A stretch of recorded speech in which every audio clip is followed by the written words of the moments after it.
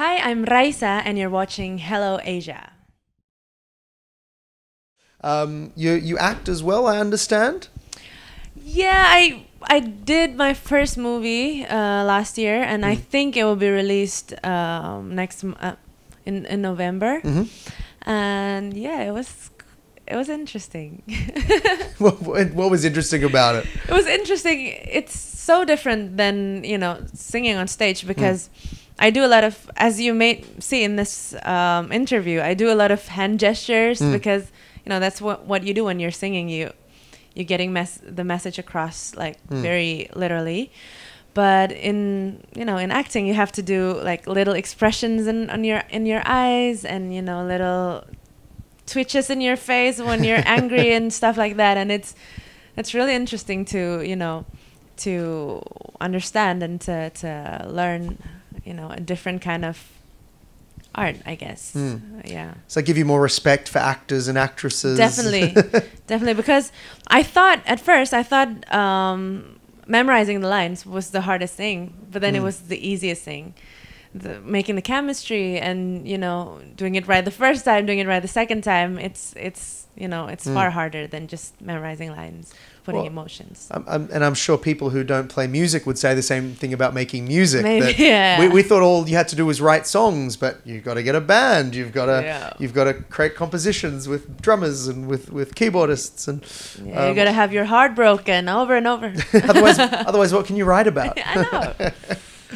Are you going to look into act more? Is that something you want to progress more?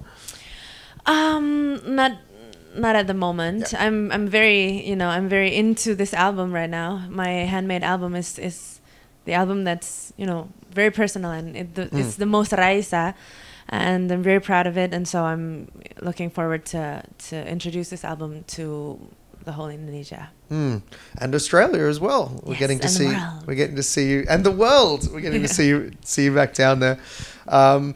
How do you keep in touch with your fans? What's your sort of relationship like with your fans? Are you the sort of person that sits and replies to messages on Facebook or whatever it might be?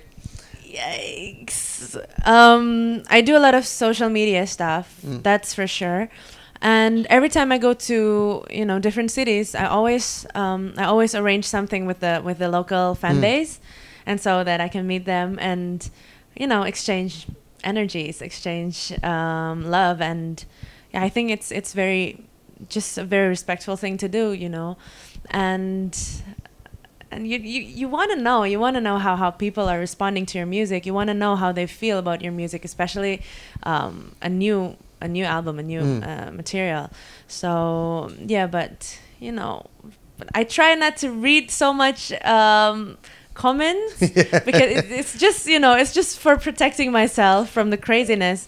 But yeah, all the positive comments, I receive it, and I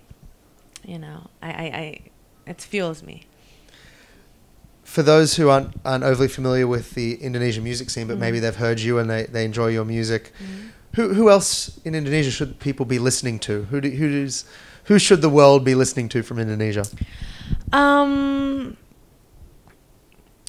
Good friends of mine, obviously Tulus, Afghan, and also I produce this band, this rock folky band called Barasuara, and it's really good and it's really fresh. And if you like adrenaline, you'll love them.